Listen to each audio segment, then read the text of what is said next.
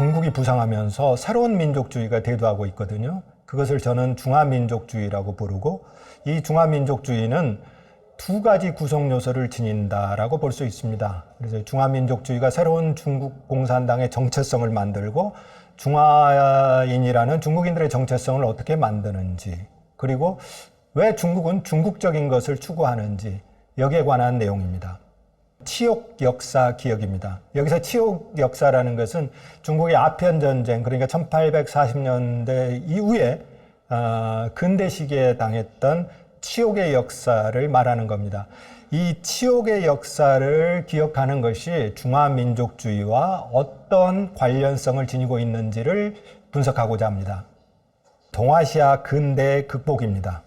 중국이 중화민족주의라는 새로운 민족주의가 이제 굉장히 중국에서 크게 대두하고 있는데, 이것을 한국 그리고 동아시아에서는 어떻게 보고 어떻게 대응하고 개입해야 되는지를 말씀드리고자 합니다.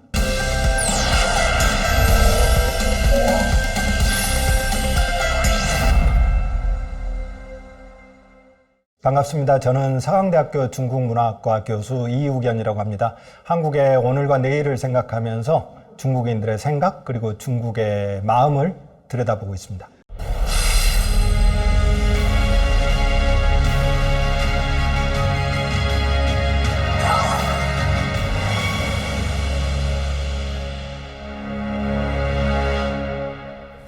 저 개인적으로는 이 미국과 중국의 대립이 세계사적 전환기일 뿐만 아니라 상당히 오래 갈 수 있는 전환기다, 이렇게 생각을 하고 있습니다.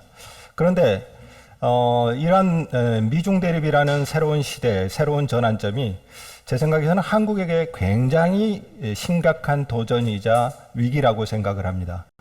이 전환기적 위기 또는 일극질서가 다극질서로 변화가는 과정 속에서 직면한 위기의 시대, 이게 지금 우리가 맡고 있는 미중 대립이라는 새로운 위기이자 전환점이기도 합니다. 미국이든 중국이든 어느 일국에 수렴되면서 지금과 같은 전환기적 혼란이 빨리 끝날 수도 있지만, 한편으로는 굉장히 오래 갈 수도 있다. 어떻게 보면 지금 한국인들이 살고 있는 이 시대는 미중 대립 시대를 사는 미중 대립 세대라고 부를 수도 있을 것 같습니다. 한국이 절체정명의 위기로 내몰리고 있습니다. 이럴 때 중요한 것은 한국인들이 무엇보다도 미국과 중국 공부를 열심히 하는 겁니다. 오늘의 중국은 시진핑 시대의 중국입니다. 그리고 중화민족의 위대한 부흥을 꿈꾸면서 미국과 대립하는 새로운 중국입니다. 시진핑 시대가 이제 새롭게 출범을 했습니다. 3기 시진핑 시대입니다. 이 3기 시진핑 시대를 두고서 중국 안 그리고 중국 밖에서 여러 가지 다른 평가들이 나오고 있습니다. 중국 안에서는 시진핑 시대를 새로운 시대, 중국어로는 시진핑 신시대라고 평가를 합니다. 이제 중국 특색의 사회주의가 새로운 시대, 신시대로 접어들었다, 이렇게 평가를 합니다. 이렇게 평가하는 근거는 시진핑 시대가 그동안 거두온 치적 때문에 그렇습니다. 개혁개방 이후에 놀랄 만한 성과를 거뒀고, 특히 소강이라는 사회를 달성했다. 그래서 이제 한 단계 도약하는 새로운 시대로 나아갈 수 있다. 이거는 이제 중국 공산당, 중국 안의 평가고요. 다분히 긍정적인 의미에서 단전론적인 새로운 평가입니다. 그런데 이제 중국 밖에서는 이렇게 보지 않습니다. 그래, 시진핑 시대가 굉장히 새로운 시대다. 그런데 그것은 긍정적인 차원에서 새로운 시대가 아니라 역사를 뒤로 퇴보시키는 그런 의미에서 새로운 시대, 이렇게 평가를 합니다. 그런데 이제 시진핑 시대가 접어들면서 이 규범이 깨져버렸다. 그래서 개혁개방 이후에 중국이 축적해온 모든 합리적 규범들, 이것들이 깨지면서 역사가 이제 뒤로 가고 있다, 후퇴하고 있다. 더군다나 시진핑 1인의 권력이 지나치게 강화되고 있다. 그래서 일각에서는 이제 시진핑 황제가 등장했다, 이렇게 이제 평가하기도 합니다. 그런데 많은 중국인들은 왜 시진핑 시대, 시진핑이 내거는 구호에 동참하는 것일까요? 이러한 질문에 효과적으로 답을 할 수 없다라는 겁니다. 그렇게 보자면 우리가 시진핑 시대의 중국을 볼 때 좀 더 단전론을 넘어서 연속성을 좀 더 주목할 필요도 있고, 중국이라는 나라, 오늘의 중국, 미중 대립 시대의 중국을 볼 때 단순히 시진핑 체제만 보는 것이 아니라 중국이 90년대 후반 이후 부상하면서 중국이 어떤 방향으로 가고 있는가, 그리고 그 중국 공산당 레짐하고 중국인들의 생각, 마음은 어떻게 결합되고 있는가, 이 부분을 좀 더 주목할 필요가 있다는 겁니다. 저는 이 부분을 조명하기 위해서 중화민족주의라는 키워드를 잡았습니다. 그런데 중화민족주의를 우리가 유심히 들여다보게 되면 중국 공산당이 구사하는 민족주의 서사, 민족주의 내러티브에 중국인들도 적극적으로 동참하고 있습니다. 그런 가운데 시진핑 시대의 중국이 만들어지고 있는 겁니다. 저는 이 차원에서 중화민족주의가 두 개 구성 요소로 주요하게 구성되어 있다, 이렇게 봅니다. 그 첫째는 중화민족주의를 통해서 정체성이 새롭게 만들어지고 있다는 겁니다. 이 정체성은 두 가지입니다. 첫째는 중국 공산당의 정체성이 새롭게 만들어지고 있다는 겁니다. 이제 중국 공산당은 더 이상 사회주의 정당이 아닙니다. 저는 개인적으로 그렇게 봅니다. 중국 공산당은 이제 민족주의 정당이고, 그리고 중국인들의 정체성도 새롭게 만들어지고 있다는 겁니다. 또 하나, 중화민족주의가 구상하는 것은 중화성이라고 제가 명명을 했습니다. 이거는 영어로 하자면 차이니스니스라고 할 수 있고, 뭐 여기에 어떤 논자들은 이거를 중국성이라고 부르기도 합니다. 이거는 굉장히 좀 포괄적인 개념인데요. 그러니까 중국적인 것, 중국다움, 이것을 추구하는 것, 이게 중화민족주의의 핵심적인 두 번째 구성 요소 중에 하나라고 보고 있습니다. 시진핑이 지금 말하고 있는 중국 역사를 보는 인식의 틀은 이렇습니다. 전통시대 중국은 세계 중심이었습니다. 세계에서 가장 찬란한 문명을 지녔습니다. 그런데 한순간 치욕을 겪으면서 무너졌다라는 거죠. 이게 이제 아편전쟁 때부터 그렇습니다. 1840년부터 시작을 해서 중국인들은 이걸 치욕의 한 세기 또는 100년이라고 얘기를 합니다. 그러니까 1840년부터 1949년까지 이 한 세기가 얼추 100년이 되기 때문에 그렇습니다. 이거를 겪고 나서 다시 중화민족의 위대한 붕, 중국몽의 시대를 열겠다. 시진핑의 역사인식은 이 3단계입니다. 그런데 시진핑은 중국을 발전시킨다든가 또는 진흥시킨다든가 이 개념은 쓰지 않습니다. 부흥이라는 단어를 전매 특허처럼 쓰고, 이 단어를 특징적인 것은 중국몽하고 결합시킵니다. 그러니까 중국의 꿈이 곧 중화민족의 위대한 부흥입니다. 단순한 부흥이 아니라 위대한 부흥이죠. 자, 이렇게 시진핑 주석이 중화민족의 위대한 부흥이라는 구호를, 캐치프레이즈를 내걸면서 아편전쟁 이후 1840년 이후 중국인이 겪었던 중국 역사상 최대 치욕이라고 중국인들이 생각하는 아편전쟁 이후 100년 동안에 겪었던 치욕의 역사도 다시 부상을 하게 됩니다.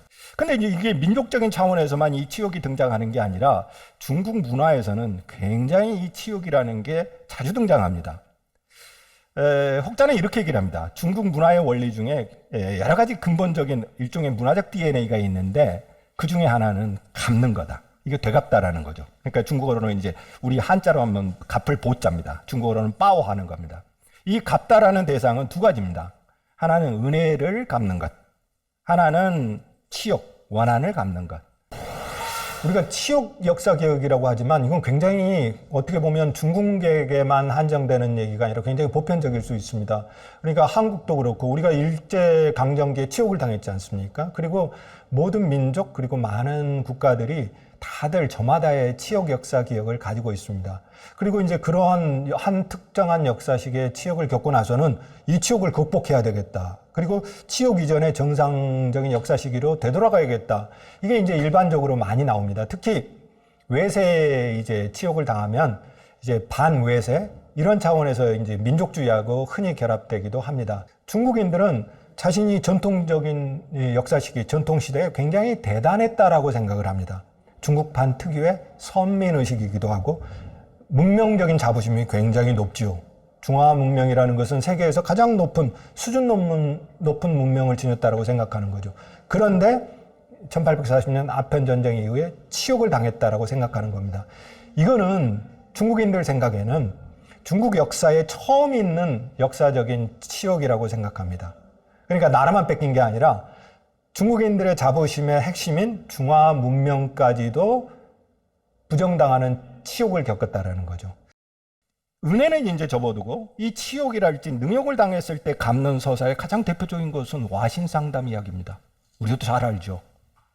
이 얘기는 이제 오나라 올나라의 갈등 때 이제 월왕구천의 이야기죠. 근데 중국 문화 속에서 이 치욕의 서사는 두 가지 패턴을 지닙니다. 우리가 개인이든 그리고 특정 국가나 민족이든 치욕을 당하면 어떻게 극복할까요? 대체적으로 이제 치욕을 잊어버릴 수도 있죠. 이게 이제 그런 방식으로 극복할 수도 있지만 한편으로는 내가 당한 치욕을 늘 기억하면서 치욕을 되풀이하지 않아야 되겠다는 생각을 할 수도 있습니다. 치욕을 기억하면서 계속 노력을 하겠죠. 분발하겠죠. 중국에서 많이 쓰는 표현은 분투하는 거죠. 그래가지고 성취를 이루는 겁니다. 내가 이제 가장 뛰어난 사람이 되고 과거보다 더 훌륭한 사람이 되는 겁니다. 이런 방식의 치욕을 극복하는 방식이 있습니다. 이건 자기 보상 방법입니다. 두 번째 패턴은 치욕은 결국은 내 스스로가 당한 게 아니라 어떤 다른 사람 또는 다른 민족, 국가에 의해서 당한 거거든요. 그러니까 타자가 없으면 내가 치욕을 당하지 않는 겁니다. 그래서 이제 치욕을 당한 거잖아요. 그러면 이제 노력을 하고, 그래, 당신이, 너네 민족이, 너네 국가가 내게 치욕을 줬지. 그걸 늘 기억하는 겁니다. 치욕을 잊지 않고. 근데 잊지만 않아서는 안 되고, 그걸 극복하기 위해서 노력도 해야 되겠죠. 그래서 그 노력을 해서 한편으로는 성취도 이루고, 자기 힘도 키우고, 그런데 한편으로는 복수하는 거죠. 그래, 네가 정말 나에게 이런 모욕감을 줬지? 그러면서 내게 모욕을 준 타자를 넘어서거나 배제하거나 능가하는 거죠. 이거는 이제 타자 보상 방식입니다.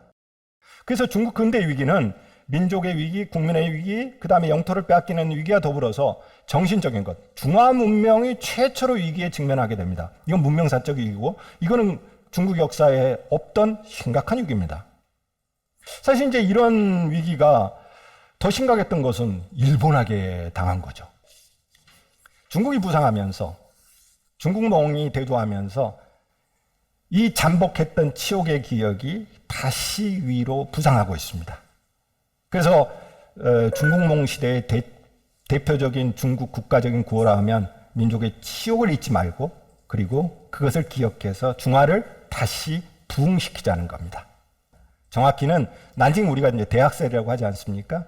그래서 이 중국 근대사의 최대의 치욕이라고 할 수 있는 이 난징 대학살을 마오쩌둥 시대는 어떻게 봤고, 그 다음에 중국몽 시대는 어떻게 보느냐. 이것을 보면요, 근대 아편전쟁 이후 중국이 당한 치욕을 어떻게 바라보는지, 그 차이는 무엇인지, 이걸 이제 우리가 짐작할 수 있습니다. 그런데 이 치욕의 서사는요, 굉장히 문화적, 역사적 호소력이 있습니다.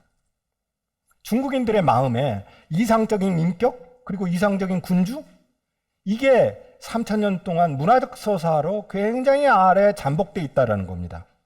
중국 공산당이 이런 측면에서 보자면 굉장히 영악한, 영리한 이데올로기적인 서사를 사용하고 있는 겁니다. 이 치욕의 서사를 쓰게 되면요, 치욕을 싣고 그 다음에 과거의 영광을 되살리는 중국 공산당은 이상적인 인격자로서 비칠 수 있습니다. 이상적인 군주로서 시진핑 주석이 부각될 수 있습니다. 마치 월왕구천처럼 그렇습니다. 그래서 과거 마오쩌둥 시대의 중국 공산당이 인민과 사회주의의 결합 속에서 사회주의 공화국을 건설하려고 했다면, 지금 시진핑 시대, 중국 부흥 시대의 중국 공산당, 그리고 중국인들은 중화인이라는 정체성을 바탕으로 중화민족의 위대한 부흥이라는 정체성을 추구한다라는 겁니다. 그런데 시진핑 주석 시대가 들어와서는 여기에 하나가 더 추가됩니다. 그거는 문화입니다. 그래서 이제 중국의 길, 이론, 제도, 문화 다 자신 있다, 이렇게 얘기를 합니다. 이제 서구적인 것 따라가지 않겠다, 이렇게 얘기하는 거죠. 이게 이제 정점에 이르러서요, 지난해 24 당대에서 시진핑 주석이 마침내 중국식 현대화라는 개념을 내놓게 됩니다. 이런 차원에서 보자면 중국이 당분간 이 중국적인 것을 추구하는 중국식 현대화 길, 중국식 발전의 길은 계속 가리라고 봅니다. 지금 중국이 강조하고 있는 것은 중국의 아편 전쟁 이후 그러니까 1840년 이후에 당한 치욕은 공산주의자든 자유주의자든 다 당했다라고 지금 얘기를 만들고 있죠. 서사를 만들고 있습니다. 여기는 국민당도 포함되고 공산당도 포함됩니다. 그래서 그거를 통해서 치욕 기억을 통해서 중화인들을 하나로 묶으려고 합니다. 그렇게 묶어서 이제 중국 공산당이 앞장서고 중국적인 방식, 중국적인 길, 서구 근대의 길이 아니라 그리고 미국적인 방식이 아니라 중국적인 삶의 원리, 중국적인 문명, 그리고 중국적인 가치관을 통해서 세계 중심 국가로 복귀하겠다. 이게 이제 중국 공산당이 중국인들에게 약속하는 중국의 미래 구상입니다. 그렇다면 이제 우리가 고민해야 될 것은 중화민족주의 시대에 우리가 동아시아가 한국이 어떻게 개입할 것인가. 이거를 좀 더 동아시아 차원에서 일반적인 차원에서 생각해 볼 필요가 있다라는 겁니다. 중국이 부상하는 시대에 한국이 일본이 해야 될 것은 중국과 문명 경쟁을 하는 것입니다. 한국이 중국이 대안일 수 있도록 만드는 겁니다. 중국을 비판하고 협종을 하는 것이 대한민국을 훼손시키는 것이 아니라 대한민국의 건강성, 동아시아의 건강성을 훼손시키는 것이 아니라 대한민국을 보다 더 건강하게 만들고 문명의 모범으로 만들려는 지적 실천적 노력을 활성화시키는 동력으로 작용해야 한다는 겁니다. 안타깝게도 일본 책을 먼저 소개해 드리려고 합니다. 오카모토 다카시가 쓴 책이 있는데 일본에서는 교양으로서의 중국사라고 제목이 되어 있습니다만 최근에 한국에서는 중국사 어떻게 읽을 것인가 라는 제목으로 나와 있습니다. 근데 이 책이 굉장히 독특합니다. 일본에서 이게 베스트셀러이기도 한데요. 이 책의 기본 관점은 서구 시각으로 중국을 보면 중국이 잘 보이지 않는다라는 것, 또한 현대만 보면 그리고 사회주의 패러다임으로만 보면 중국이 잘 보이지 않는다라는 겁니다. 그래서 중국은 왜 하나를 지향할까? 중국인들은 왜 늘 통일을 지향을 할까? 중국인들은 왜 그렇게 이기주의자인가? 이런 원리들을 중국 역사, 중국 문화를 가지고 전통시대부터 현대까지를 쭉 설명하고 있습니다. 사실 우리가 중국을 보는 눈은 많은 경우 서구적인 눈, 그리고 근대적인 눈입니다. 그리고 정치 위주로 중국을 봅니다. 중국을 보다 깊고 그리고 중국인들의 무식을 들여다보는데 중국인들의 속마음을 들여다보는데 굉장히 교양 수준으로 읽기 쉽게 써여 있지만 굉장히 내용은 깊은 책입니다. 제가 꼭 추천해 드립니다. 다른 한 권은 죄송하지만 제가 쓴 책인데요. 현대 중국의 속마음입니다. 제가 그 책을 쓰게 된 동기도 우리는 자꾸 시진핑 연설을 통해서 또는 중국 공산당의 정책을 통해서 중국을 보지만 저는 개인적으로 그렇게 생각합니다. 중국인들이 무엇을 생각하는지 중국인들의 마음 그리고 중국인들의 문화를 들여봐야만 중국의 깊은 지점이 보일 수 있다는 거죠. 그래서 현대 중국인들이 무슨 생각을 하고 있는지 어떤 마음으로 살고 있는지 이거를 이제 현대 중국의 여러 가지 테마를 중심으로 예를 들어서 중국은 왜 남녀평등이 우리보다 조금 더 보장되어 있을까? 예를 들어서 여성의 파워가 왜 강할까? 이런 것들을 비롯해서 테마 중심으로 중국인들의 속마음을 정리해 놓고 있는 책입니다.